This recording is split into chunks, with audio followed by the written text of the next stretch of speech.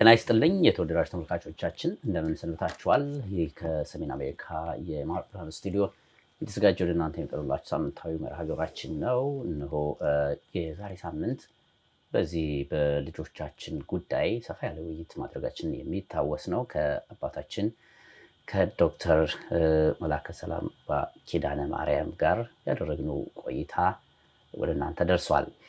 ዛሬ ደግሞ ክፍል 2ን ከዛ በማስቀጠል ያሉ ሀሳቦችን የምናነሳበት መርሃ ግብር ነው ይዘን የተገኘን ነው። አሁንም ቆይታቸው ከኛ ጋር ይሁን። በዛው አጋጣሚ የምትሰጧቸው አስተያየቶች እየደረሱን ነው። ከልብ አድርገን እናመሰግናለን።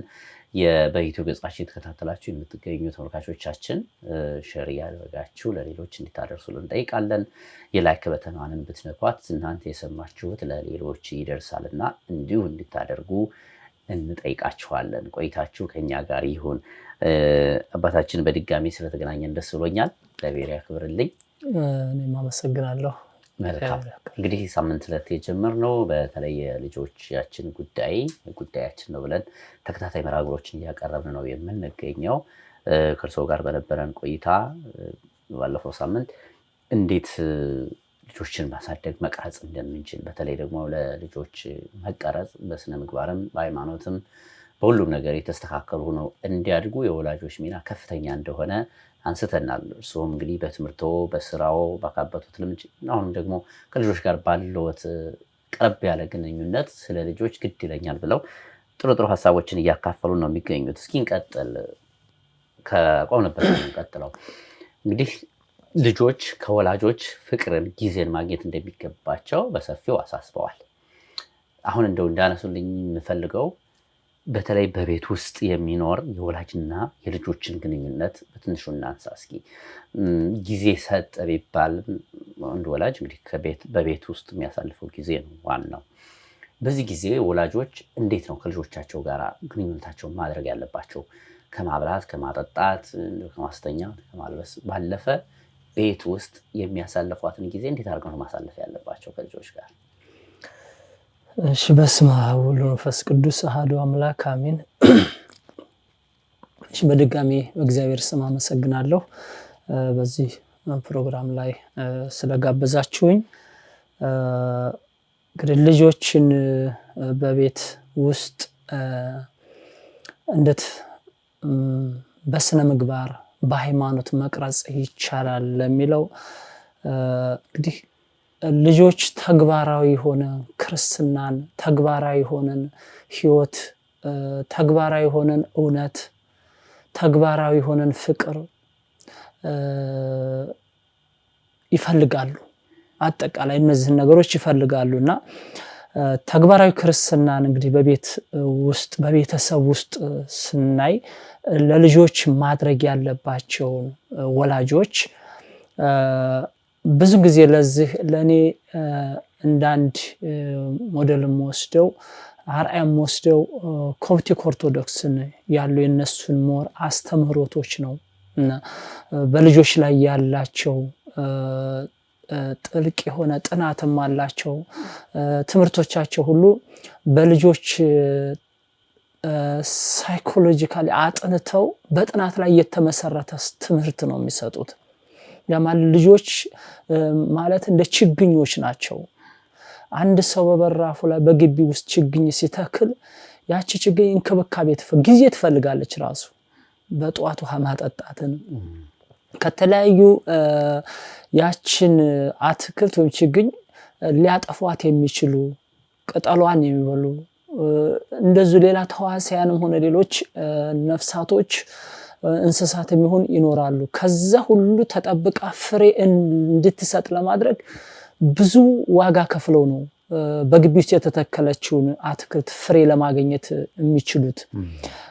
ያ ማለት በሚያደርጉት ወላጆች የቤቶች የተከሏት ችግኛን የተከሏት ሰዎች በሚያደርጉት ጥረት ማለት ነው። ልጆችም እንደዚህ ናቸው፣ ታዳጊዎች ናቸው። ስለዚህ እንደ ችግኝ እንክብካቤ ይፈልጋሉ እና ይህንን የኮፕቲክ አባቶች ምን ይላሉ ሲጀምሩ ክርስትናን በቤት ውስጥ ነው መጀመር ያለበት። ያ ነው ወደ ቤተ ክርስቲያን መሄድ ማደግ ያለበት ብለው እንደ ትንሿ ቤተክርስቲያን ብለው ቤትን ይጠራቱላ ቤተሰቦች ደግሞ የመጀመሪያ መምህራኖች ናቸው። ስለዚህ እውነተኛ ክርስትና ወይም ደግሞ ስነ ምግባርም የሚጀመረው የሚፈተነው የሚለማመዱትም በቤት ውስጥ ነው። የሚፈተኑትም ክርስትናውንም ስነ ምግባራትን ደግሞ የሚለማመዱበትም በቤት ውስጥ ነው። ስለዚህ በቤት ውስጥ ስለሆነ ቤተሰብ ድርሻው በዚህ በልጆች ላይ አብሮ የሚጸልይበት ፕራክቲካሊ የሆነ መድኃኒታችን ኢየሱስ ክርስቶስም እኮ በመዋዕለ ሥጋዌ ወራት እኔን እንኳን ባታምኑ ስራዬን አይታችሁ አታምኑም ነው ያለው። የሚያደርገውን ስራውን በደረቅ ግንባር ላይ አይነ ስውር ሲያበራ፣ ጎባጣ ሲያቀና፣ እውር ሲያበራ፣ ለምጽ ሲያነጻ እነዚህ ተግባራዊ የሆኑ የአምላክነት የሰራቸው ስራዎች አሉ። እነዛን እንኳን አይታችሁ አታምኑም ምን እስከ ማለት አለ። ስለዚህ ልጆችም እንደዚሁ ቤተሰቦቻቸው በቤት ውስጥ በሚያደርጉት ነገሮች ላይ ማለት ነው ቤተሰቦቹ ታይማቸውን ጠብቀው ኮንሲስተንስ በሆነ መንገድ ሲጸልዩ ሲያዩ አብሮ በመጸለይ እንደዚሁ አብሮ ደግሞ የሚነበቡ ሌሎች መንፈሳዊ መጽሐፍቶችንም ውይይት የሚያደርጉበት። ስለዚህ እነዚህ የተወሰነ ሰዓትና ቦታ ለልጆቻቸው ሊኖራቸው ያስፈልጋል። የሚጸልዩበት ቦታ ወላጆች ልጆቻቸውን ይዘው የሚጸልዩበት ታይም ይፈልጋሉ፣ ቦታም ይፈልጋሉ። ስለዚህ እነዚህ ልጆች ወላጆቻቸው ጋር በቤት ውስጥ ይሄንን ሊያደርጉ ግድ ያስፈልጋል። ከወላጆቻቸው መማር አለባቸው ማለት ተግባራዊ የማይጸልይ ሰው ጸልይ ቢለው ልጁ ሊጸልይ አይችልም። ልጆች ደግሞ የሚነግሯቸውን ሳይሆን የሚያወርዱትን ስለሚያምኑት መጽሐፍ ቅዱስ አንብብ ሲል ወላጁ መጽሐፍ ቅዱስ ሲያነብ ካላዩት ሊያነብ አይችልም። ስለዚህ አብሮ የሚጸልይ ቤተሰብ ይላሉ አቡነ ሽኖዳ። አብሮ የሚጸልይ ቤተሰብ ሁሉ ጊዜ በአንድነት ይኖራል ይላል አቡነ ሽኖዳ። ይሄን ቃል አብሮ የሚጸልይ ቤተሰብ፣ አብሮ ወደ ቤተክርስቲያን የሚሄድ ቤተሰብ፣ ስለዚህ አብሮ በአንድነት ይኖራል ይላል። ስለዚህ ወላጆች ለሁሉም ነገሮች የመጀመሪያው አርአያ ናቸው። ስለዚህ የወላጆች አርአያነት ልጆች ክርስትናን የሚማሩት ማለት ነው ከወላጆቻቸው ንግግር ይልቅ ከተግባራቸው ነው ይላሉ። ከወላጆቻቸው ንግግር ይልቅ ከተግባሮቻቸው የሚያዩትን ነገሮች ሁሉ ማለት ነው መስራት አለባቸው። ያንን የሚያደርጉትን ነገሮች ሁሉ ልጆች እንዲያዋቸው ማድረግ መቻል አለባቸው። እንዲሰሟቸው ከፈለጉ የግድ የሚያደርጉት እንደዋጅጓቸው ማየት መቻል አለበት። ስለዚህ ወላጆች እርስ በራሳቸው የሚከባበሩ ወይም ይቅር የሚባባሉ ከሆነ ስለዚህ ልጆችም የሚያዩት ያንን ነው። ምን ይላሉ? ይሄንንም አሁንም ኮቲክ አባቶች አብዛኛው በልጆች ላይ በጻፉት መጽሐፍ ወላጆች እርስ በራሳቸው የሚከባበሩ ይቅር የሚባባሉ እና በስሜት የበሰሉ ሲሆኑ ይላሉ ልጆቻቸው ይሄንን በጎ ምግባር ይወርሳሉ። አሁን ሰው ገንዘብን ለማውረስ አይደለም መድከም ያለበት ለልጆቻቸው ህይወትን ለማውረስ ነው። በተለይ ደግሞ እንደ በውጭው ዓለም ለሚያድጉ ልጆች ከቤተሰቤ ሀብት ወርሳለሁ ብሎ አይማሩም። ይሄ ትሬንድ የለም በውጭው ዓለም ውስጥ። ቤተሰቤ እናቴ አባቴ የሰሩትን ፎቅ የኔ ነው እንዲህ የሚል ትሬንድ የለም በውጭው ዓለም ውስጥ። ሲስተሙም ይሄ አይደለም። ከታች ጀምረው ልጆችን ሲያስተምሯቸው በትምህርት ቤት ሰልፍ ሴንተር አድርገው ነው የሚያስተምሯቸው። ስለዚህ ከአንዱ ወደ አንዱ የቤተሰብ ነው በለው አንዱ በሚባል ነገር ይሄ እኛ ውስጥ ያለው ሜንታሊቲ ውስጥ ያለው ይዘነው የመጣ ነው ሐሳብ ለልጆቼ ነው እኔ እኮ ምደክመው ሞጣው ምለፋው ለልጆቼ ነው ዋጋ የምከፍለው ለልጆቼ ነው ይሄን ያህል ሰዓት ምሰራው የሚለው ልጆቹ ክሬዲት አይሰጡትም። ያንን ልጆቹ ክሬዲት የሚሰጡት አሁን ላይ ለልጆቻቸው በሚሰጡት ጊዜና ፍቅር ያንን ብቻ ነው እነሱ እንደ ትልቅ ክሬዲት የሚወስዱት። ስለዚህ ልጆችን ከወላጆች አሁንም ፍቅርና የትዕግስትን መንፈስ መማር አለባቸው ፔሸንት አሁን አንዳንድ በቤተ ክርስቲያንም በቤተሰብም ትንሽ የተማሩትንም የሚያውቁትንም ልጆችን ቢ ኦነስት ይላሉ ቢ ፔሸንት ይላሉ እንዴ እዛ እናትና አባት ደግሞ እዛ ላይ አባቱ ላይ ያን ፔሸንትን አያዩም እናቱ ላይ አያይም ኦፕንነስን ከቤተሰቡ አያይም ስለዚህ ይሄ ልጅ የመጀመሪያ ትምህርት ቤቱ ደግሞ ቤተሰቦቹ ናቸው ኦፕንነስን አባት ወይም ደግሞ ባል ለሚስቱ ኦፕን ሲሆን ለልጆቹ ኦፕን ሲሆን ልጅ ኦፕንነስን ይማራል ፔሸንትን ይማራል ፌስፉልነስን ይማራል ሃምብልነስን ይማራል ካይንድነስ ይማራል እነዚህ የአንድ የክርስቲያን ወይም ደግሞ ሰርቫንት ለሚባሉት በቤተክርስቲያን አገልጋይ እንዳጠቃላይ ክርስቲያን ሁሉም ሰርቫንት ነው በቤተክርስቲያን ውስጥ ሲገማ ወደ ቤተክርስቲያን ሲመጣ ሰርቫንት ነው ስለዚህ እነዚህ የአንድ የክርስቲያን የመንፈሳዊ ሰው የክርስቲያን መገለጫዎች ናቸው እነዚህ መገለጫዎች ያ ልጅ ከህፃንነቱ ከቤተሰቡ እየተማረ ነው ማወደግ ያለ ኦፕንነስን ካይንድነስንም ሃምብልነስንም ፌስፉልነስንም ትሩዝፉልነስን እነዚህ መማር ያለበት ከቤተሰቡ እንዴት ነው የሚማራቸው ቲዮሪ ፕራክቲካሊ መማር መቻል አለበት ትሩዝፉልነስን ከቤተሰቡ መማር አለበት ስለዚህ በቤት ውስጥ የሚፈጠሩ አለመግባባቶች በቁጣና በጭቅጭቅ ሳይሆን በክርስቲያናዊ ትህትና በውይይትና በይቅርታ ወይ ይቅርታ በመጠየቅ መፍታትን ማሳየት መቻል አለባቸው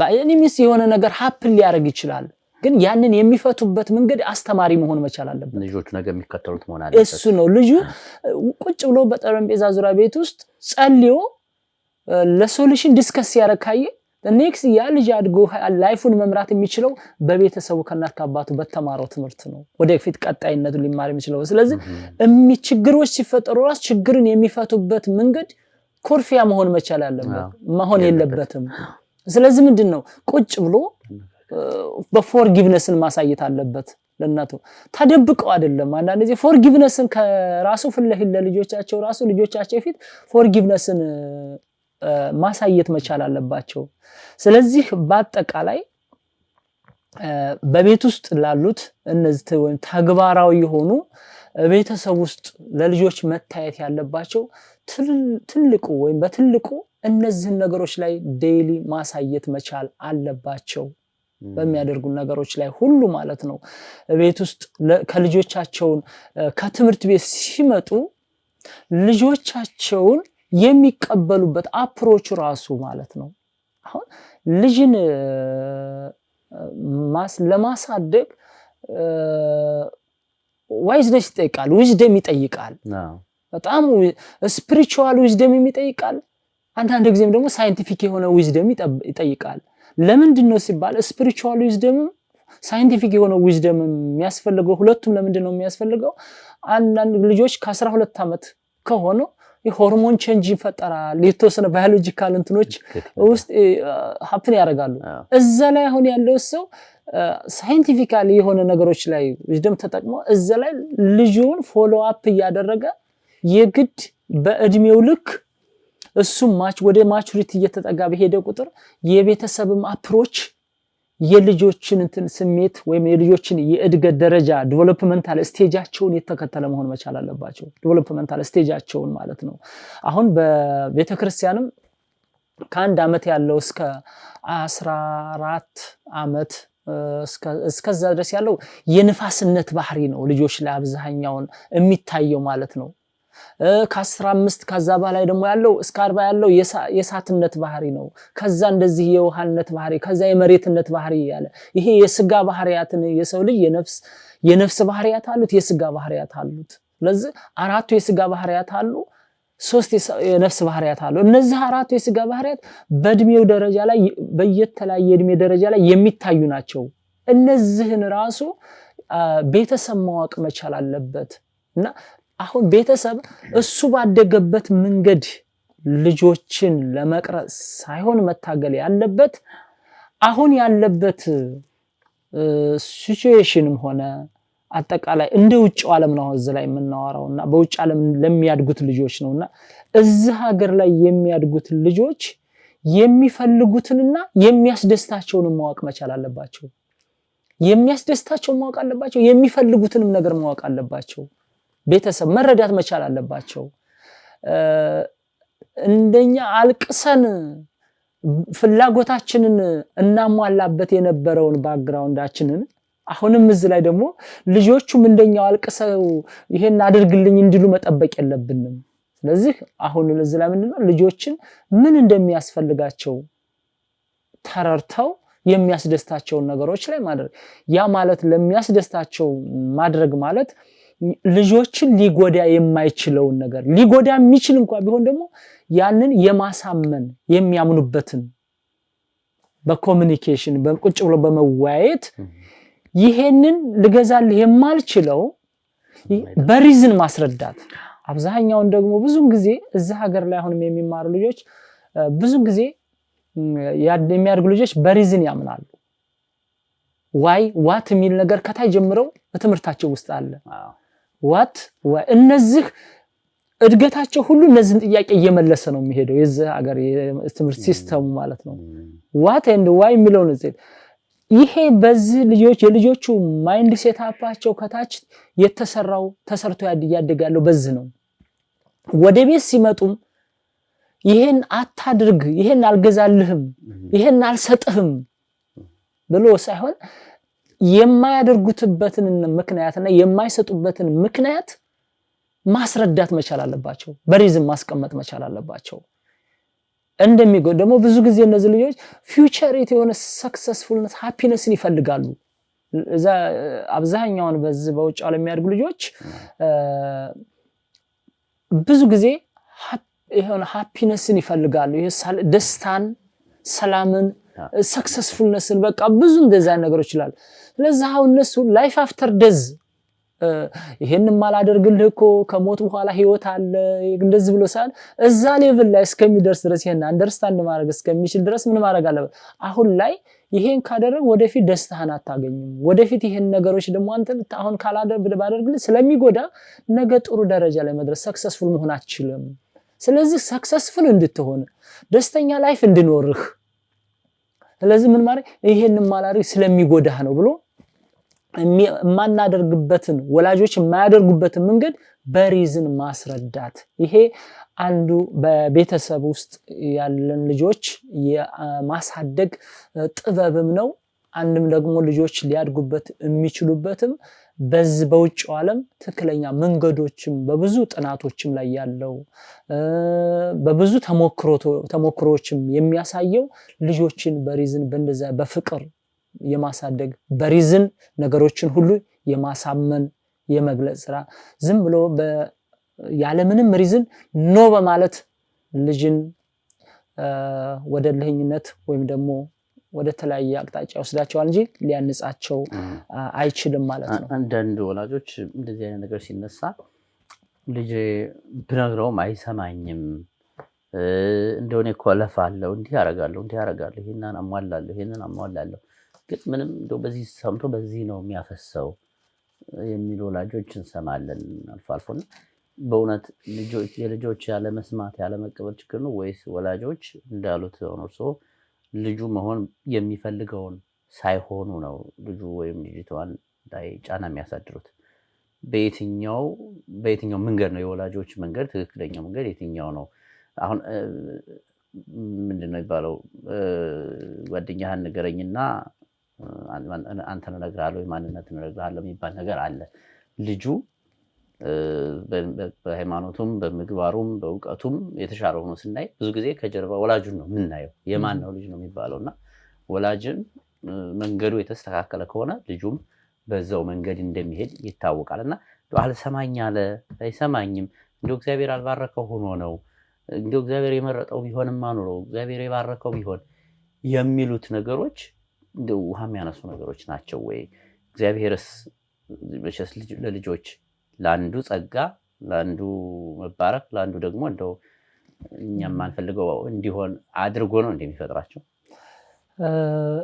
መጀመሪያ ልጆች የእግዚአብሔር ስጦታ ናቸው። እግዚአብሔር ያልባረከው ስጦታ በተለይ በልጅ ላይ እንደው በአጠቃላይ ልጆች የእግዚአብሔር ስጦታዎች ናቸው። የእግዚአብሔር ስጦታ ሁሉ የተባረከ ነው። የእግዚአብሔር ስጦታ ሁሉ የተባረከ ነው። ሕፃናቱን ወደ እኔ ይመጡ ዘንድ አትከልክሏቸው ብሎ መድኃኒታችን ኢየሱስ ክርስቶስም የመንግስተ ሰማያት ምሳሌ አድርጎ ያስተማራቸው ናቸው። ልጆችን ያልተባረከ ነው፣ አይሰማኝም፣ አትሰማኝም በቃ እኔ የሚሉ በጣም ብዙ ጊዜ መሰላቸትን የሚያሳዩ ቤተሰቦች አሉ። ልጆች አንዳንድ ጊዜ ምክር የሚጀምሩት መጀመሪያ ላይ ልጅ ሲያለቅስ አይፓድ እየሰጡ በአይፓድ ዝም ሲያሰኙት የነበረ ልጅ እንዲጫወት ሲያደርጉት የነበረ ቤተክርስቲያን ውስጥ ቤተክርስቲያን ይዘው ሲሄዱ ከቤት ወደ ቤተክርስቲያን ይዘው ሲሄዱ ስልክን እየሰጡት ጌም እየተጫወተ ከሄደ ቤተክርስቲያንም ወጥቶ ውስጥ ደግሞ እንደዚሁ ስልክ አይፓድ ተሰጥቶት ቁጭ ብሎ 2 ሰዓት ቅዳሴ አስቀድሶ የወጣ ልጅ ከዛ በኋላ 10 ዓመት ሲሆነው 12 ዓመት ሲሆነው ከዛ በላይ ሲሆነው አይሰማ አታድርግ ይሄን ይጎዳል ብሉት አይሰማም። ለምን? መጀመሪያ ከታች ጀምሮ የዛሪያ ልጅ ሁሉን ነገር ሲያደርግ የነበረ እሱ በፈለገው መንገድ ነው። እንደገና ደግሞ እንዳያለቅስ እየተባለ እኔ ስራ ቢዚ ነኝና ስለዚህ ዝም እንዲባል እየተባለ የሚከፈቱ ቴሌቪዥኖች አንዳንድ የሚሰጣቸው ኤሌክትሮኒክስ በራሳቸው ከታች ጀምረው እነዚህ ልጆች እዛ ኤሌክትሮን ውስጥ የግድ የሚያውት እነሱ ውስጥ የተፈጠረባቸው ወደ አይምሮአቸው ወደ አንጎላቸው ውስጥ ገብቶ ስለዚህ እዛ ውስጥ እነሱ ከዛ ነገሮች ላይ ኦሬዲ ማይንድ ሴትአፕ አታች ሆነዋል። እነሱ አሁን የሚደሰቱት ስክሪን ሲያዩ ነው ወይም ኤሌክትሮኒክስ ሲያዩ ይደሰታሉ። የደስታቸው ምንጭ አድርገውታል። የደስታቸው ምንጭ ካደረጉት ስለዚህ እነዚህ ልጆች አሁን ምንድነው ከዛ በኋላ እናትም አባትም ቢናገራቸው አቁም ብሏቸው ሌላ ነገር ስለማያስደስታቸው ጸሎት አያስደስታቸውም፣ ቤተክርስቲያን መሄድ አያስደስታቸውም፣ ከቤተሰብ ጋር ቁጭ ብሎ መጫወት አያስደስታቸውም። ኦሬዲ የሚያስደስታቸው እነሱ ምንድነው ኤሌክትሮኒክስ ጋር ተገናኝቶ እዛ ስክሪን መመልከት ያንን ለነሱ የደስታቸው ምንጭ ሆኗል። ስለዚህ አልሰማኝም የሚለው መንገድ ከታይ ጀምረው እነዛ ልጆች ያሳደጉባቸውም ደግሞ እነዛ ልጆች ለማሳደግ ሲሉ የተጠቀሙባቸው ሜተዶች መንገዶች ልጆችን ኦሬዲ ወደ ተለያየ መንገድ ይዟቸው ይላል። ስለዚህ ልጆችን በዚህ አይነት መንገድ እንዳያድጉ እና እሺ እንዲሉን ከፈለጉ ወላጆችን እሺ እንዲሉ ከፈለጉ እንድታዘዟቸው ከፈለጉ እንዲሰሟቸው ከፈለጉ ስለዚህ የመጀመሪያው ልጆች ጋር ጥሩ አታች ግንኙነት መፍጠር፣ ጊዜ መስጠት፣ ፍቅር መስጠት። ኤሌክትሮኒክስን ወይም አይፓድ ወይም ስልክ ሰጥቶ ዝም እንድል ማድረግ ይሄ የፍቅር መገለጫ አይደለም፣ መገላገል ነው። እንደው በቃ እሱ ሰጥቼዋለሁ። አንዳንድ ጊዜ እንደውም እኮ ልጅ የት ነው ሲል አይ እሱ እኮ ዝም የሚፈልገውን ከሰጠ ስልክ ካገኘ ምንም የሚፈልገውን ስላገኘ እሱ አሁን እዛ እየተጫወተ ነው ይባላል።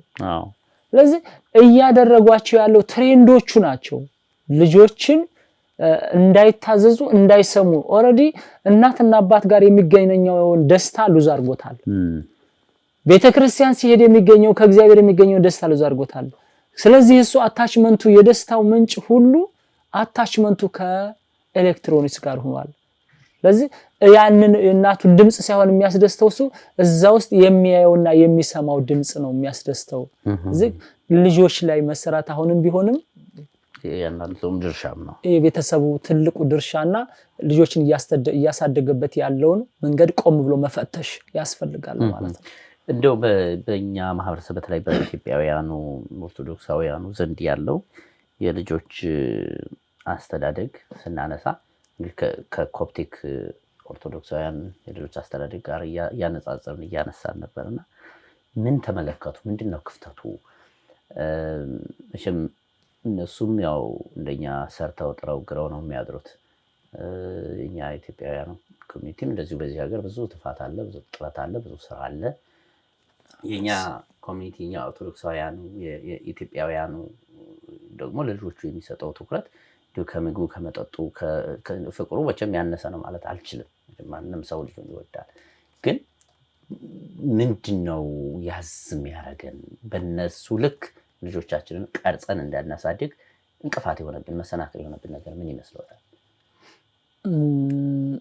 አንዱ እኛ ጋር አንዱ ልጆችን ለማሳደግ ብዙ ኦፖርቹኒቲ አለ። ልጆችን ለመቅረጽ የምንችልበት ብዙ ኦፖርቹኒቲ አለን። ያን ኦፖርቹኒቲ አንዱ ትልቁ የኛ በተለይ ሰፊ ሆነ አሁን በዚህ በደሴና አካባቢ ስናይ ሰፊ ሆነ ኮሚኒቲ አለ። ብዙ አብያተ ክርስቲያናት አሉ። በእነዚህ አብያተ ክርስቲያናት ልጆችን ይዞ ሄዶ እንዲማሩ የማድረግ አክሰሱ ሊኖር አለ፣ አልፎ አልፎ አለ፣ ሙሉ ለሙሉ ባይኖርም። ግን በእነሱ ላይ ያለው መንገድ ምንድነው? ቤተክርስቲያኒቷ መጀመሪያ ስትሰራ ወይም ደግሞ ስትመሰረት የሆነ አካባቢ ቤተክርስቲያን ብለው ሲሰሩ ገና አስቀድሞ እዛ ላይ እንደ አንድ ሚሽን ልጆች ተኮር አድርገው ነው ቤተክርስቲያኒቷን እዛ ራሱ የሚሰሩት ማለት ነው። ወላጆችም ደግሞ በዛው ልክ ምንድነው ወይ ዲቮትድ ናቸው በጣም ለአገልግሎቱ ራሱ ማለት ነው። ሁለተኛ አገልግሎት የሚለው ነገር በደንብ ገብቷቸዋል። ቅድም ባልኩት መንገድ ሁሉም ሰርቫንት ነው። የካህኑ ድርሻ አለ፣ የዲያቆኑ ድርሻ አለ፣ የእያንዳንዱ ወላጅ ድርሻ አለ። እነዚህ ሁሉም ድርሻውን አውቆ ይሰራል ቤተክርስቲያን። ሁሉም የዲያቆኑም የካህኑም የምእመናኑም ሁሉም ድርሻ ልጆች ላይ ተተኪ ላይ ማፍራት ነው። ልጆች ላይ ነው ሁሉም ፎከስ የሚያደርጉት ልጆቻቸው ላይ ነው። እንደገና ደግሞ አገልግሎቱ ኮፕቲክ ላይ ያለው ምንድነው? ቤተክርስቲያንና ምእመናኑ የክርስቲያኖች እያንዳንዱ ምእመን ቤቱ ቼኑ የተሰላሰለ ነው። ለምሳሌ የአንድ ክርስቲያን ቤት እንደ አንድ ትንሿ ቤተክርስቲያን ተቆጥሮ በየቤቱ ላይ ምንድነው ሆም ፕሬየር የሚባል አላቸው። ስለዚህ ስኬጁል ወጥቶ በእያንዳንዱ ቤት ውስጥ ካህኑ እየሄዱ ምን ያደርጋሉ? ፎሎ አፕ ያደርጓቸዋል። እነሱንም ልጆቹንም። ወላጆችም ደግሞ ከአባቶች ጋር አታችመንታቸው ስትሮንግ ነው። ይናበባሉ። ቤተሰብ ለቤተክርስቲያኗ ምንድናት? መጋቢ ነች። ቤተክርስቲያን ደግሞ ምንድነው? ለልጆቹ ደግሞ ለቤተሰብ ደግሞ ምንድነች? እንደ አንድ ሆስፒታል ነች። እቤት ውስጥ ያለውን ችግር ቀጥታ ወደ ቤተክርስቲያን ሲያመጡት ቤተክርስቲያን ደግሞ አክማ ትልካቸዋለች። ስለዚህ ችግሩን የጋራ ያደርጉታል። ችግሩን የጋራ አድርገው ቤተሰብና የቤተክርስቲያን አባቶች የጋራ አድርገው የመሄድ አሰራሩ አላቸው። ሲስተማቸው የተዘረጋ ነው። እንደገና ደግሞ አንድ ያየሁት ነገር ምንድነው? ካልቸሩና ሃይማኖት አልተቀላቀለም እነሱ ላይ። ኮፕቲክ ትራዲሽን አለ። ያ የኮፕቲክ ትራዲሽን የምንለው ሃይማኖታዊ ትውፊቱን ነው የሚያስተምሩት። ከዛ ውጭ ግን ካልቸሩን ወደዛ ያመጡት የሀገሩ ባህል የተለየ ነው፣ የተራሱ የተለየ ነው። ስለዚህ እነሱ አሁን ፎከስ አድርገው የሚሰሩት ምንድነው? ልጆቹ ላይ ወደፊት ዓለሙ ላይ በቤተክርስቲያን የሚያድጉት ልጆች በዓለሙ ላይ ተጽዕኖ የሚፈጥሩ እንጂ ዓለሙ ተጽዕኖ የሚፈጥርባቸው ልጆችን አይደለም እንዲያሳድጉ። አሁን ብዙ ጊዜ እነሱ ምንድነው በየትኛውም ቦታ ላይ ሆነ ኮፕቲክ ኦርቶዶክስ እምነት ተከታይ የሆኑ ልጆች ከዚህ ተነስተህ አፍሪካ ሀገር ሄደህ ሚሽነሪ ለአንድ ወር ለ2 ወር ሚሽነሪ አገልግሎት ስጥ ቢባል ይሄዳሉ። ለምሳሌ አንድ አባት አሉ እዛ አሁን ቨርጂኒያ ላይ አሜሪካ ነው ተወልደው ያደጉት እዚህ ሎየር ነበሩ።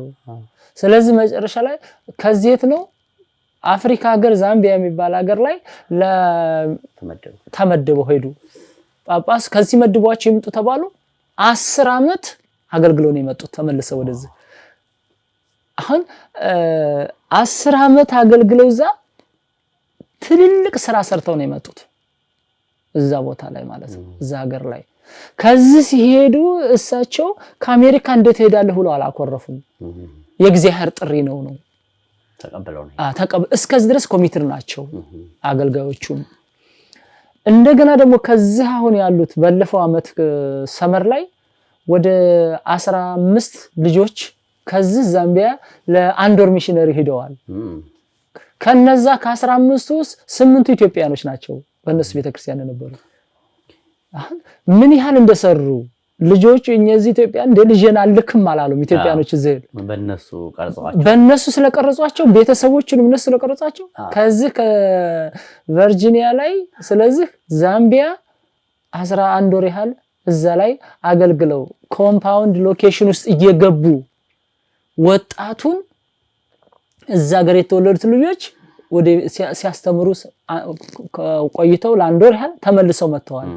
ከየትኛውም ከአውስትራሊያ ከካናዳ ከአሜሪካ የትኛውም ዓለም አፍሪካ ሀገር እየሄዱ ለአንድ ወር ሰመር ላይ ሚሽነሪ አገልግሎት ሰጥተው ይመጣሉ። ይሄ ምን ነው የሚያመለክተው ካል እነሱ ወላጆችንም ልጆችንም የሚቀርጹበት መንገድ ትክክለኛ የሆነ ራሳቸውን ለእግዚአብሔር እስከ መስጠት ድረስ ማለት ነው። በቃ ራሳቸውን ለእግዚአብሔር እንዲሰጡ አገልግሎት እንዲገባቸው።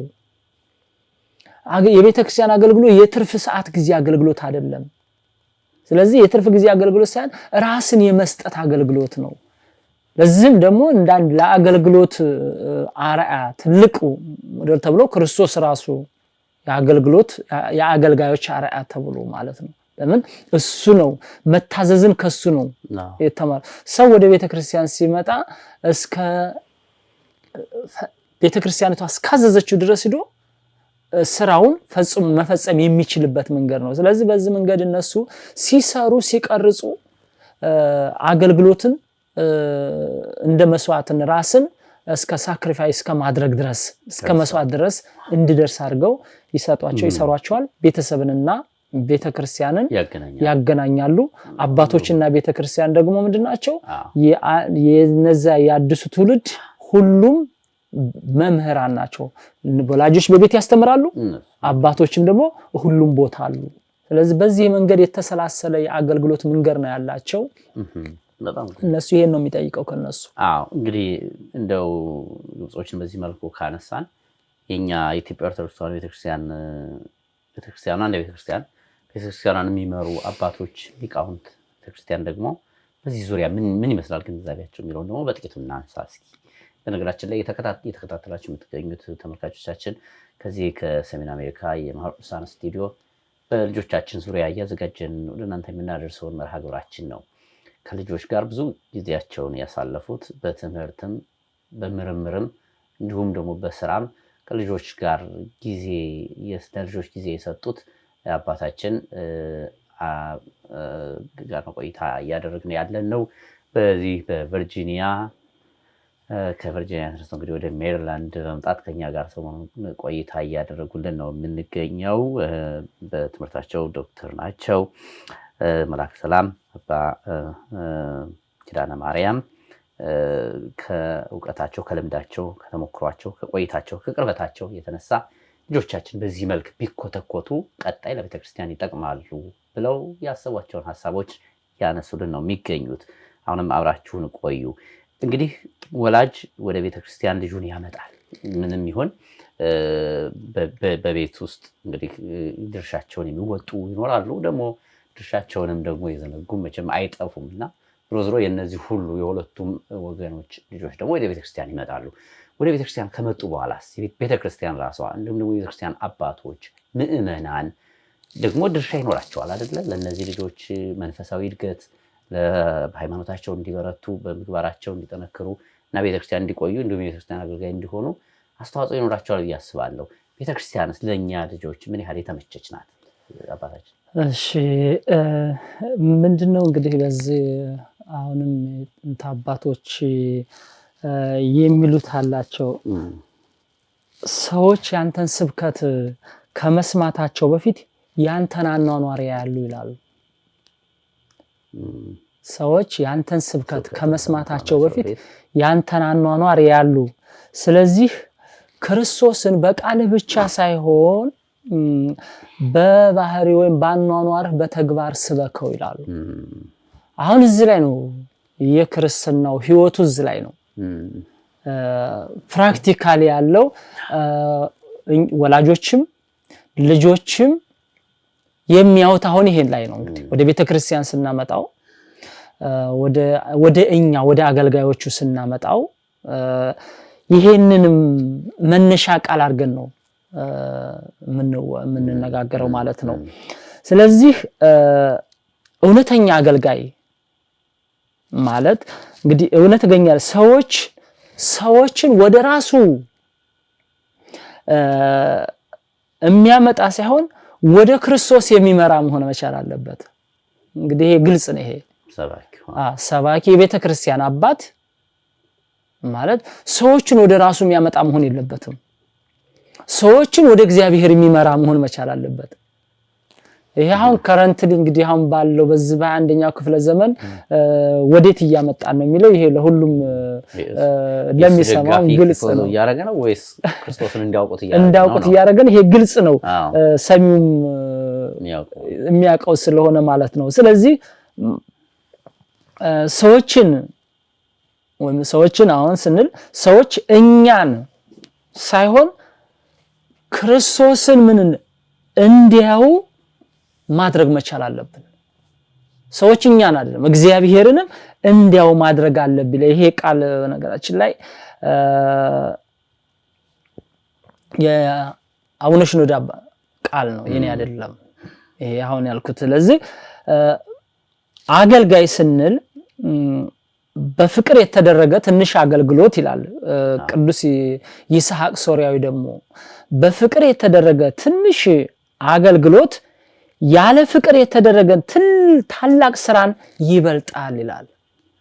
አሁን እነዚህ ቤተክርስቲያን ያሉት ቤዚኮቹ እነዚህ ናቸው። አሁን ሰውን ወደ ቤተክርስቲያን ልጆችንስ የምንቀርጽበት መንገድ እግዚአብሔርን ወደ መምሰል እያሳደግን ነው። የቅዱሳንን ህይወት አውቀው የቅዱሳንን ህይወታቸውን መመሪያ አድርገው እንዲያድጉ ነው የምናደርጋቸው። የባለቤቱን የእግዚአብሔርን ራሱን እሱን መስለው እንዲያድጉ ነው የምናደርጋቸው የሚለውን ወጣቱም ልጆችም ላይ ወላጆችም ላይ ይሄኛ የአባቶች ድርሻ ነው። ስለዚህ ቤተክርስቲያንም ልጆች ተግባራዊ ክርስትናን መማር ይፈልጋሉ። ቤተክርስቲያንም ውስጥ ከማን ከኛ ከአገልጋዮቹ። ስለዚህ ቤተክርስቲያን ምንድነች? የመንፈሳዊ ህይወት ምንጭ፣ የመንፈሳዊ ህይወት ምንጭ፣ መንፈሳዊ ህይወት የሚቀዳባት፣ ትህትና የሚቀዳባት፣ ግልጸኝነት የሚቀዳባት፣ ሐምብልነስ እንደገና ፍቅር የሚቀዳባት፣ እምነት፣ እነዚህ በጎ ምግባራት የሚባሉት የሚቀዱባት የመንፈሳዊ ምንጭ ናት ቤተክርስቲያን። ሚስጥራት የሚፈጸሙባት ናት።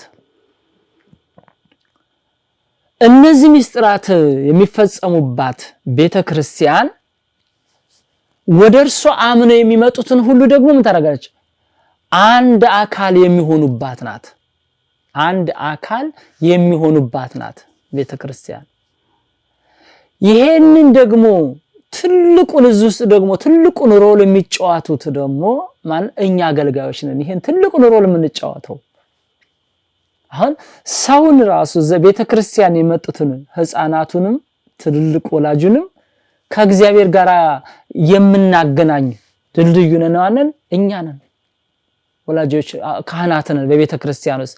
ስለዚህ በሚስጥራተ ቤተ ክርስቲያን መሳተፍ ተግባራዊ ክርስትና በዋናነት ሲገለጥ በንስሐ ህይወት መኖርን ቅዱስ ቁርባንን መቀበል ስለሆነ ስለዚህ ልጆችን ወደ ቤተ ክርስቲያን ሲመጡ እስካሁን የወላጆችን በቤት ውስጥ ምን ማድረግ እንዳለባቸው ወላጆችና ልጆች በቤት ህይወታቸው ምን መምሰል አለበት ብለን እንዳየን ሁሉ ቤተ ክርስቲያን ሲመጡ ደግሞ ልጆችና አባቶች ደግሞ ግንኙነታቸው ምን መምሰል አለበት ነው።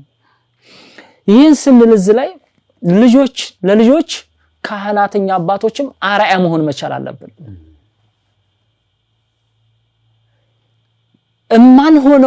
ማናደርገውን በመስበክ በመንገር ሳይሆን የምናደርገውን መንገር ነው ያለብን። ማናደርገውን ባንነግራቸው ይሻላል። ከሚቀር ተብሎ መነገር የለበትም። የእግዚአብሔር ቃል ሕያውና እውነት ነው፣ ዘላለማዊ ነው። ስለዚህ ያንን ሕያውና ዘላለማዊ የሆነውን የእግዚአብሔርን ቃል ምን ማለት በትክክለኛው የምናደርገውን ለልጆች ምን ማለት አለብን መግለጽ መቻል አለብን። ልጆችን ቤተክርስቲያን ውስጥ ሲመጡ እኛ አባቶች ወደ ልጆች ህይወት ውስጥ ምን ማለት አለብን ወደ ታች እነሱን ዝቅ ብለን መቅረብ መቻል አለብን። ቀድምና ሰዎች የኛን ስብከት አታድርግ ቤተክርስቲያንም ውስጥ አታድርግ አለ። ስርዓቱ ነው ማናደርገው አታድርግ ሚላል። ያንን አታድርግ የተባልነው ቤተክርስቲያን ሲመጡ ልጆቹ አታድርግ የሚለውን ቃል በሪዝን ማስረዳት አለበት። ቤተክርስቲያንም ውስጥ ኦልተር ነው ይሄ ተረዳን ነው ብቻ እኔ ያቁታል ብሎ ማለት የለብንም። ይሄ ኦልተር ነው፣ ይሄ መንበር ነው። አትንካሳ ለምንድን ነው መንበሩ የማይነካው ተብሎ ማስረዳት መቻል አለበት። ልጆች ሩጫው ነፋስ ናቸው። ልጆች ሩጣው ወደ መቅደስ ዋ ብሎ መጮህ ሳይሆን እነዚህ ልጆች በድፍረት አይደለም አውቀው አይደለም። ስለዚህ እነዚህ ልጆች ምንድነው ያንን ነገር ወደዛ ሊሄዱ የማይችሉበትን ቀስ እያሉ ማስረዳት፣ ወላጅም አውቀው ያስረዳል፣ እዛም ያሉ አባቶች ደግሞ በሪዝን ያን ነገር ማስረዳት። ለልጆች በዚህ መንገድ ቤተክርስቲያንም ውስጥ ያለውን አገልግሎትን ልጆችን በመንፈሳዊነትና በስነ ምግባር ለመቅረጽ በዘፈቀደ የሚሰራን አሰራር ማቆም መቻል አለብን። በዘፈቀደ በግድለሽነት የሚሰጥን መመሪያና እንደሚደረግና አገልግሎት እንትኖችን ማቆም መቻል አለብን። ልጆችን በስነ ምግባርና በመንፈሳዊነት ለመቅረጽ በዘፈቀደ ማድረግ አይደለም። ምን ያስፈልጋል? ጥልቅ ጥበብን፣ ስልትን፣ መንፈሳዊ አባትነትን የሚጠይቅ ነው። እነዚህን ይጠይቃል። መንፈሳዊ አባትነትን ይጠይቃል። መንፈሳዊ አባት ማለት ሲሆን ምን ማለት ነው? በመንፈሳዊ አባትነት ውስጥ ምን ያስፈልጋል? ትሕትና አለ። በመንፈሳዊ አባትነት ውስጥ ትሕትና አለ። በመንፈሳዊ አባትነት ውስጥ ግልጸኝነት አለ። በመንፈሳዊ አባትነት ውስጥ እምነት አለ፣ እውነት አለ። እነዚህን የአንድ አገልጋይ መገለጫዎችን ስለዚህ እነዚህ ልጆች በቤተክርስቲያን ውስጥ ማየት መቻል አለባቸው። ቤተክርስቲያን ውስጥ እነዚህ ልጆች ሲመጡም ሆነ በቤትነሱ ውስጥ ልጆች አንደርማይን እንዲደረጉ አይፈልጉም። እንደዚህ ጀጅ ማረክ አንተ አትችልም አይደለም። መጀመሪያ ሲሳሳቱ እንኳን ራሱ ከአፕሪሺዬሽን ነው መጀመሪያ ያለብን። ልጆች ሲሳሳቱ ነገ ስህተትን እንደ ትልቅ እንደ ፈርተውት ወደ ኋላ እንዳይሉ ምን ያስፈልጋል? ስለዚህ ልጆች ከዛ በአፕሪሺዬሽን አፕሪሺዬት አድርገን አይዞ ጥሩ ነው በደንብ ጥሩ ብለዋል ብሎ ቀስ ብሎ ደግሞ በጥበብ ያን ያላየውንና ያልደረሰበትን ያላወቀውን ነገር እንዳውቅ ማድረግ። ይሄ ምን ይጠብቃል ማለት ይሄ ጥበብን ይጠይቃል። ይሄ አንዳንድ ጊዜ ምንድነው የንግግር ጥበብን ይፈልጋል። ስልቶችን ይጠብቃል፣ አባትነትን ይጠይቃል፣ መንፈሳዊነትን ይጠይቃል። ስለዚህ እነዚህን ምን ያስፈልጋል? ልጆች ለቤተክርስቲያን ሲመጡ አባቶች በዚህ አይነት መንገድ ልጆችን መቀበል መቻል አለባቸው። ልጆችን ሁሉም ወላጅ አሁን በውጭው ዓለም ቤተክርስቲያን ይዞ ይመጣል። አንዳንድ ጊዜ ለሁለት ከሌሊቱ 4 ጀምሮ ልጆችን ቤተክርስቲያን ይዘዋቸው ይመጣሉ። ከሌሊቱ 4 ጀምሮ 4 AM ጀምሮ 5 AM ጀምሮ ይዘዋቸው ይመጣሉ። አገልግሎቱ እስከ 9 AM ድረስ እስከ 10 AM ድረስ እስከ 11 ይቆያል። 11 ላይ ወደ ክላስ ይገባሉ። እነዚህ ልጆች ዓርብ ቅዳሜ ማታ ደግሞ ትንሽ ከብዙ የረፍታቸው ጊዜ ስለሆነ ብዙ ወላጅ በጊዜ ያስተኛቸው። ስለዚህ ታይማቸው ነው ተብሎ ወላጅም ልጆችም ያመሻሉ። አምሽተው እንደገና ደግሞ 4 AM ላይ ወይም 5 AM ላይ ቀስቅሷቸው የግድ ቀስቅሷቸው ይዘው ይመጣሉ። ከዛ በኋላ ክላስ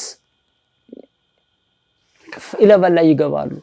ከዛ በኋላ የሚቆዩት 1 ሰዓት ትምህርት ምን ያህል ልጆቹ ላይ ይሰርጻል የሚለው ከድካም ጋር ይሄ ግልጽ በማን እንደኛ ማየት ነው፣ እንደ ራሳችን ማየት ነው። ሁለተኛ ወላጆች አንዳንድ ጊዜ ልጆችን ለማስተማር እንዲማሩላቸው ይፈልጋሉ፣ ግን እነሱ መማር አይፈልጉም። እንዲማሩላቸው ይፈልጋሉ፣ መንፈሳዊ እንዲሆኑላቸው ይፈልጋሉ፣ በስነ ምግባር ጥሩ እንዲሆኑላቸው ይፈልጋሉ። የስነ ምግባርን ትምህርት ከቤተክርስቲያን እንዲማሩላቸው ያመጣሉ። መጽሐፍ ቅዱስን እንዲማሩላቸው እግዚአብሔርን እንዲያውቁ ወደ ቤተክርስቲያን ያመጧቸዋል። ግን ወላጆች ደግሞ ያንን ልጆቻቸውን ክላስ አስገብተው እነሱ መኪና ላይ ቁጭ ይላሉ፣ ወደ ሆነ ቦታ ላይ ደግሞ ቁጭ ይላሉ። አሁን ቤተክርስቲያን ምን ማድረግ አለባት? ወላጆችን እዛና ልጆች ላይ ማገናኘት መቻል አለባቸው። ስለዚህ ልጆችን እዛ ክላስ እየተማሩ ከሆነ ወላጆችም እዚህ መማር አለባቸው። የልጅን አስተዳደግ ማስተማር መቻል አለባቸው።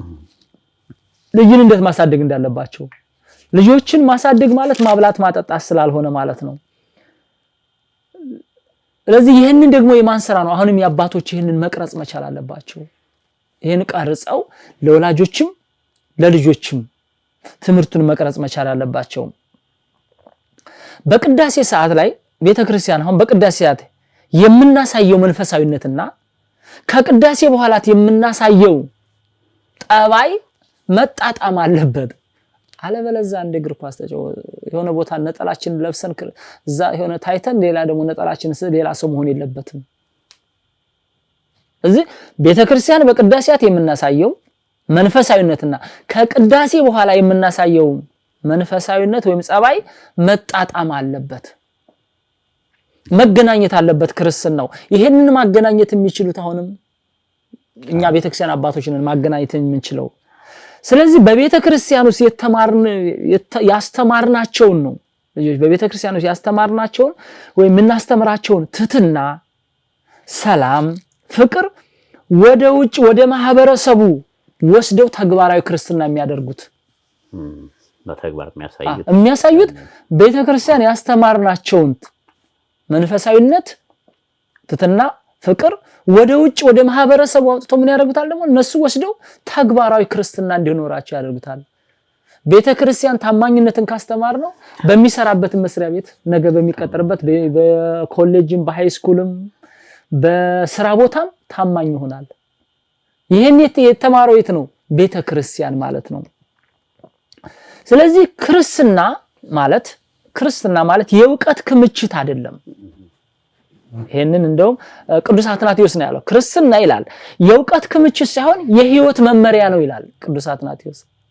አሁን ብዙ እውቀት ያላቸው ሰዎች አሉ በቤተክርስቲያናችን። የእውቀት ችግር የለም በእውነት ቤተክርስቲያናችን ብዙ አባቶች እንደ ውቅያኖስ ተቀርቶ የሚያልቅ እውቀት አላቸው። የእውቀት ችግር የለም። ግን ቅዱስ አትናቴዎስ ይሄን ሲል ምንድነው ክርስትና የእውቀት ምንጭ የእውቀት ክምችት ሳይሆን የህይወት መመሪያ ነው ይላል። በህይወት የሚተረጎም ነው እንጂ ዝም ብሎ የሚነገር አይደለም። አንዳንድ ጊዜ አሁን በዚህ ዘመን ላይ ስለ ክርስቶስ ሁሉም ሰው ያወራል፣ ግን ክርስቶስን አያውቀው። በተግባር አይደለም ያንን መኖር ያለበት። ስለዚህ ቅዱስ አስተምሮ ልጆቻችንም እንደምንፈልገው አልሆን ያሉን ለዚህ ይሆን? ይሄ ነው መመሪያው፣ ይሄ ነው አንዱ ይሄ ነው። ስለዚህ ይላል አንድ አባት አሁንም ኮፕቲክ አባት ምን ይላሉ? ልጆች የእግዚአብሔር ቃል እንዲሰሙ ከፈለክ ይላል፣ ልጆች የእግዚአብሔር ቃል እንዲሰሙ ከፈለክ መጀመሪያ አንተ የእግዚአብሔርን ቃል ስማ ይላል።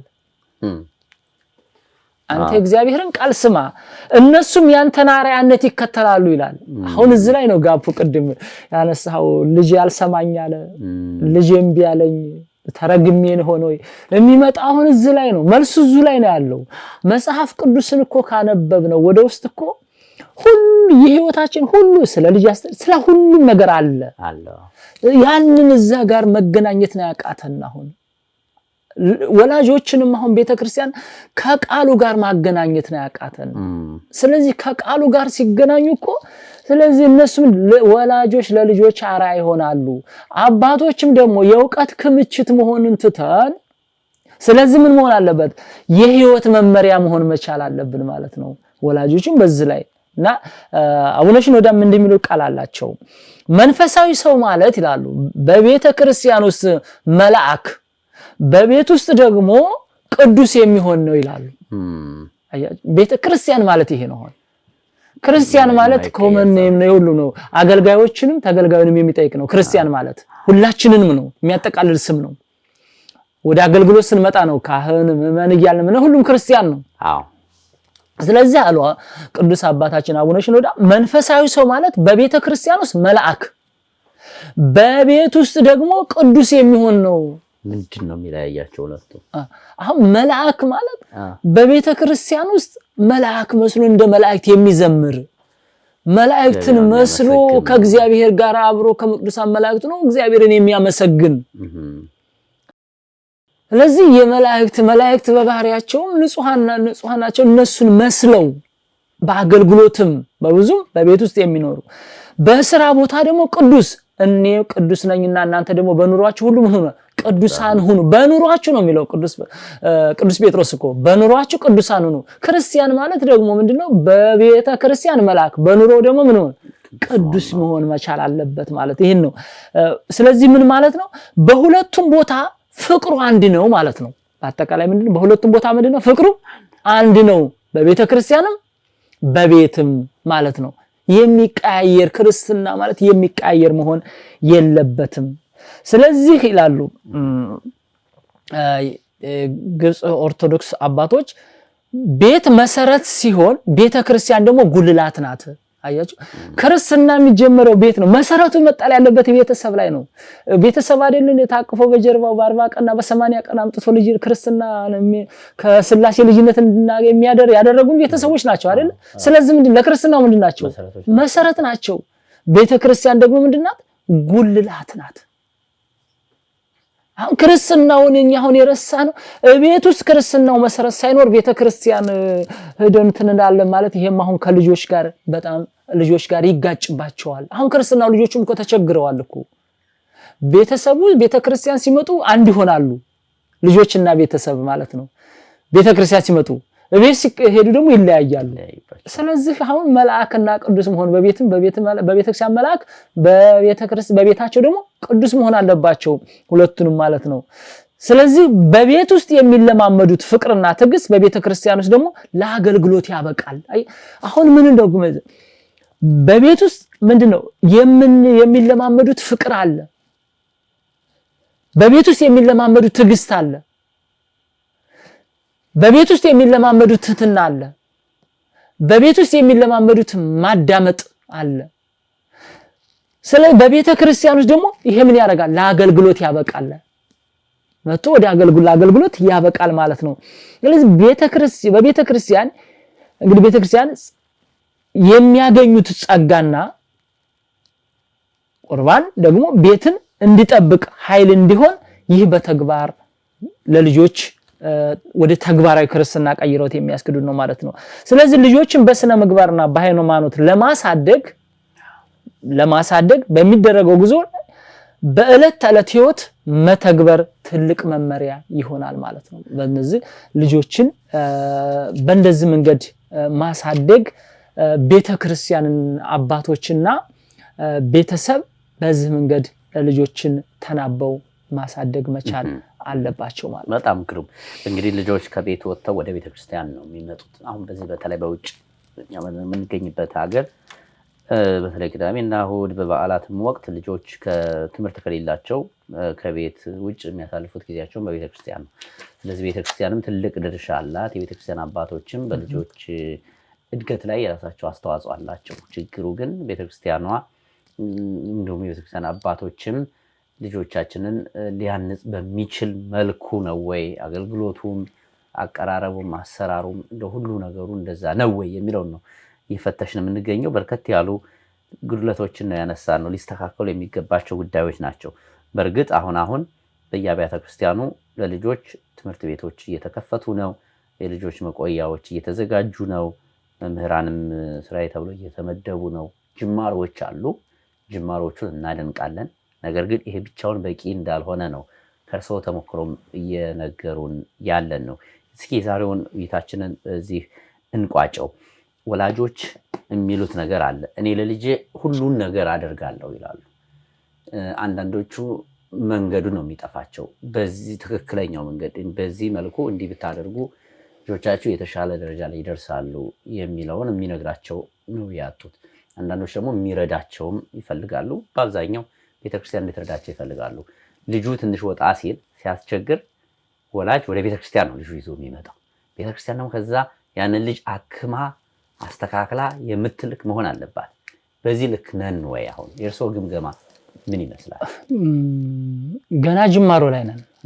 አሁን ገና ጭላንጭል ጅመራ ላይ ነን እንጂ ገና መሬት ላይ ወርዶ ስራው ተሰርቷል ለማለት ገና ብዙ ይቀራል። ጅማሮ ላይ ነው። ገና ጅማሮች አሉ። እንግዲህ ልጆችን ለመቅረጽ ቀርጾ ለማውጣት ብዙ ስራ ይጠይቃል። በቤተ ክርስቲያን ያለነው አባቶች ሁላችን የቤተ ክርስቲያኒቷ ፉል ታይም ሰራተኛ መሆን ይጠይቃል። ልጆች 50-100 ልጅ በየቤተ ክርስቲያኑ የሆነ ባይብል ስተዲም ተብሎ ትምህርትም አጠቃላይ ቅዳሴውም ትምህርት ሊሰጥ ይችላል። ያ አሁን ላይ ሙሉ ነው ማለት ይከብዳል። ለምን ሲባል አሁን ላይ ቅዳሴውን በደንብ እየቀደሱ መሐሌቱንም እየቆሙ ብዙ ልጆች ብዙ ወጣቶች ተቀርጸዋል። ግን ቤተክርስቲያን በመጽሐፍ ቅዱስ የእግዚአብሔርን ቃል ግን ሙሉ ለሙሉ አሁንም እየተማሩት እየተሰጣቸው ያን ነገር እየሄዱበት ነው የሚለው ብዙ ይቀራል። አንድ ነገርኛ ቤተክርስቲያን ላይ አሁንም ገና ጅማሮ ላይ ነው ያለነው። በሁሉም አብያተ ክርስቲያናት ጅምሩ አለ። ወደፊት ብዙ ስራ ቢቀርም የመጀመሪያ ወጥ የሆነ ራሱን የቻለ ካሪክለም ያስፈልጋታል ቤተክርስቲያኒቷ። ሁለተኛ ለዛ ደግሞ ዝግጁና ብቁ የሆኑ አባቶች ኮሚትድ የሆኑ አባቶች ያስፈልጋሉ። ልጆችን በቤተ ክርስቲያን ውስጥ ቀርጾ ለማሳደግና በስነ ምግባርም በሃይማኖትም እንዳድጉ ለማድረግ እንደ ፓርት ታይም ስራ ከባድ ነው። ይሄ ቤተሰብና ምዕመናንና ቤተ ክርስቲያኒቷ ተናበው እንዳንድ ስትራቴጂ የሚያስቀምጡት ነው። አባቶችም ደግሞ በዛ ልክ ደግሞ ልጆችን ለመቅረጽ ደግሞ አሁንም የልጆችን ሳይኮሎጂ ራሱ ማወቅ ያስፈልጋል። የልጆችን ሳይኮሎጂ ማስፈቅ ያስፈልጋል።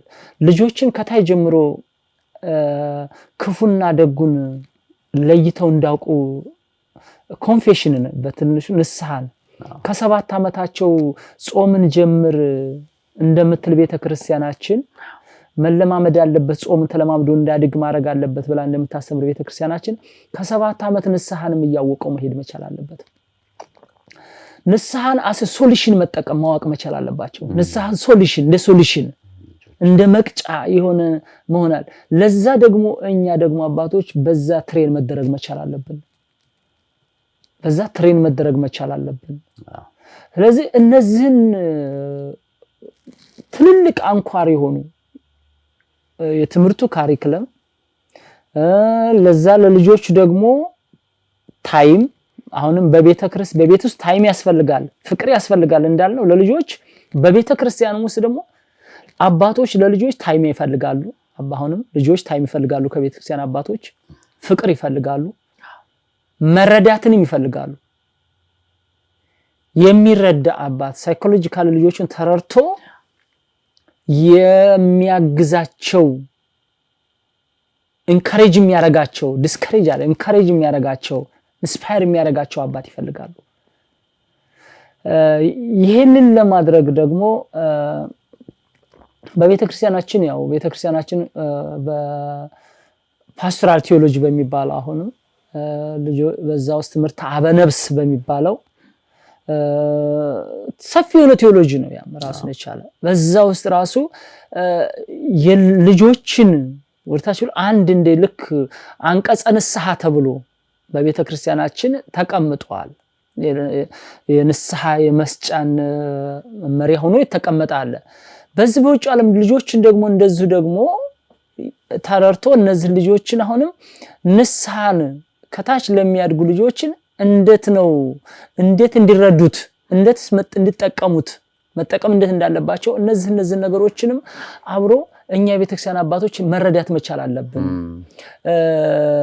አንድ እዚህ ሀገር ልጆች አሁን ይሄ ጀነራላይዝድ አድርገን ጀጅመንት አሜሪካ እኮ ካልቸር መጥፎ ነው፣ አሜሪካ ተወልደው ያደጉ ልጆች ተወልደው የሚባል ከዚህ ኖር መውጣት መቻል አለበት። ለኮ ከኢትዮጵያ ስለመጣ ነው የሚባልም ነገር አለ። ይሄንን ማቆመን አሜሪካ ካልቸር ውስጥ ጥሩ ካልቸር አለ፣ ጥሩ ነገር አለ፣ መጥፎ ነገር ሊኖረው ይችላል። መጥፎን ይሄ መጥፎ ነው፣ ይሄ ጥሩ ነው። ከኢትዮጵያ ባህል ካልቸር ውስጥ ደግሞ ይሄ መጥፎ አለው፣ ይሄ ጥሩ አለው። ለምሳሌ የአሜሪካን ካልቸር ውስጥ አንዱ ስናየው ኦፕን መሆን። እነሱ whatever የሆነ ነገር happen ቢያደርግ ኮንፌሽን ከለመዱ ፋዘር አይ ዋን ኮንፌስ ነው የሚሉት። ንስሐ መግባት እፈልጋለሁ ነው መንገዱ ካሳያቸው። እዛ ላይ የምናሳያቸው ለሚናገሩት ነገር አይዋሹም፣ መደበቅም አይፈልጉም። ስትሬት ፎርዋርድ ኦፕን ሆኖ ይናገራሉ። ሳይኮሎጂካሊ ደግሞ ያነቡናል። ለምን ሰጣቸው እነሱ ኮንፌስ አድርገው እኛ የራሱ ኮንፌሽን የተረዳንባቸው መንገድ የተሳሳተ ከሆነ ዳግመኛ ወደኛ ወደዛ መልእክት አቡነ ወይም ፋዘር ኢዝ ኖት አንደርስታንድ ሚ ነው የሚለው፣ ወይም ጀጅመንታል ነው የሚያደርጉኝ። ስለዚህ አይወዱም።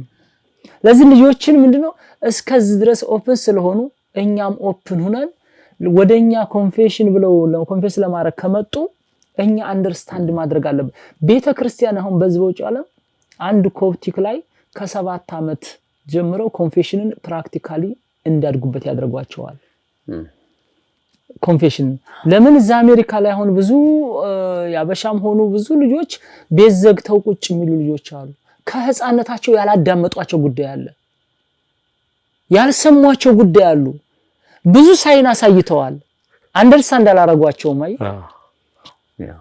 አላዳመጧቸውም። ቀረብ ብሎ በህፃንነት ገና በወጣትነቱ ላይ እዛ ላይ ችግራቸውን ያዳመጣቸው አባትም የለም። ምናልባት ዘግቶ ከተቀመጠ በኋላ ነው የሚሯሯጡት። ትግል ነው ስለው እስከዛ በኋላ ኦሬዲ ሌላ ዓለም ውስጥ ገብተዋል። ከታች ጀምሮ ግን ምንድነው በኮንፌሽን የሚያድግ ልጅ ከሆነ አይምሮ ላይ የሚያሳድገው ስትረስ የለም። አሁን በቃ አይ ፊል ጊልቲ ካለ ጊልቲነስ ከተሰማው አንድ ህፃን ልጅ ወይም አንድ ሰው ጊልቲነስ ከተሰማው ሶሉሽኑ ምንድነው? ኮንፌስ ማድረግ ነው። ይሄንን ደግሞ ወላጅም ኢንካሬጅ ማድረግ አለበት፣ አባቶችም ደግሞ ዝግጁ ሬዲ መሆን አለባቸው። ቤተክርስቲያንም ደግሞ ውስጥ ምንድነው ባይብል ስተዲን ሲያስተምሩ ወላጆች ሬዲ ሆነው በዛ ልክ ምንድነው ኮንፌስ እንዳደረጉ ለልጆች 1 ሰዓት የትምህርት ጊዜ ከሆነ 15 ደቂቃ የኮንፌሽን ታይም መስጠት መቻል አለባቸው። ኮንፌስ እንዳደረጉ መንገዱን ካሳዩአቸው የዛ ሀገር ልጆች ችግር የለባቸው። መንገዱን ብቻ የሚያሳያቸው ነው የሚፈልጉት። ህፃናት ደግሞ ባህሪያቸውም ያ ነው። አንድ ጊዜ መንገዱን ብቻ የሚያሳያቸው ነው። ከዛ በኋላ ያን መንገድ ይከተላሉ። አእምሯቸው ነጭ ወረቀት ስለሆነ ግልጽ ስለሆነና በዚህ መንገድ ስለሆነ ጅምሯ አለ ግን ገና በቂ አይደለም። ብዙ መስራት ይጠበቅብናል ለማለት ነው። ከቋንቋ ጋር ተያይዞ የቋንቋው ተግዳሮት አለ። የፖሊሲ እንዳሉት የካሪኩለም ተግዳሮት አለ። የትምህርት ራሱ ተግዳሮት አለ። ለነሱ በሚሆን መልኩ መጽሐፍቶች፣ ስብከቶች፣ ትምህርቶች ያልተዘጋጁበት ሁኔታ ሰፊ ነው። ብቻ በዚህ ሀገር ልጆች የደረሱብን እኛ ሳንዘጋጅ ነው የሚሉ አባቶችም ስለምሰማ ነውና ብዙ ጉድለቶች እንዳሉ ይሰሙኛል። ግን እነሱ ደግሞ እስኪ በሚቀጥለው ምዕራፍ ላይ ደግሞ እንመለስባቸው። ምክንያቱም ልጆቻችን ሂደው ቤተክርስቲያን ስልክ ወይ አይፓድ ይዘው እንዲተኙ የሚያደርጋቸው ነገር ምንድነው የሚለውን ማንሳት ይኖርብናል። አንዳንዶቹ እዛ 4 ሰዓት 3 ሰዓት ተቀምጠው ምንም ነገር ሳይሰሙ ድምጽ ብቻ ረብሿቸው የሚመለሱ ልጆች አሉና ከዚህ አንፃር የኛ ቤተክርስቲያን ለልጆቻችን ያላት ምቹነት የኛ ዝግጁነት የሚለውን በሰፊው ብንዳስሰው ጥሩ ነው ብዬ አስባለሁ። የዛሬውን መርሃ ግብራችን ግን በዚህ እንድንጠቃለል ነው። አባታችን እጅግ አድርጌ አመሰግናለሁ። እግዚአብሔር ያክብርልን። በተለይ ደግሞ የቤተክርስቲያን አባቶች ልጆቻችንን ተቀብለው ተንከባክበው በማሳደግ በኩል ያሉ ክፍተቶችን አንስተዋል። አንዳንድ በጎ መልካም ነገሮች የሉም ማለት አይደለም፣ መስተካከል አለባቸው የሚሉትን ነው ያነሱት። ከልብ አመሰግናለሁ። እግዚአብሔር ይስጥልኝ። እኔም አመሰግናለሁ። መልካም። በሚቀጥለው ሳምንት ደግሞ በሰፊው ተግዳሮቶቹን እያነሳን እንቀጥላለን። በጣም ጥሩ። ተወዳጅ ተመልካቾቻችን በልጆቻችን ዙሪያ እያደረግነው ያለው ውይይት አልተቋጨም። በሚቀጥለው ወደ እናንተ ይዘን ነው የምንመጣው መርሃ ግብርም እንደዚሁ ምናልባትም በቤተክርስቲያን ውስጥ ያሉ ተግዳሮቶችን በተለይ ደግሞ አሁን ልጆቻችን ቤተክርስቲያን ውስጥ እንዳይቆዩ የሚያደርጋቸው ነገር ምንድነው? ቤተክርስቲያን ሂደው በፍላጎታቸውም ወደ ቤተክርስቲያን እንዲሄዱ የሚገፋፋቸው ነገሮችስ መኖር የለባቸውም የሚሉትና ሌሎች ነገሮችን ይዘን እንመለሳለን። እስከዚያው በያላችሁበት መልካም ጊዜ ይሁንላችሁ። ጤና ይስጥልኝ።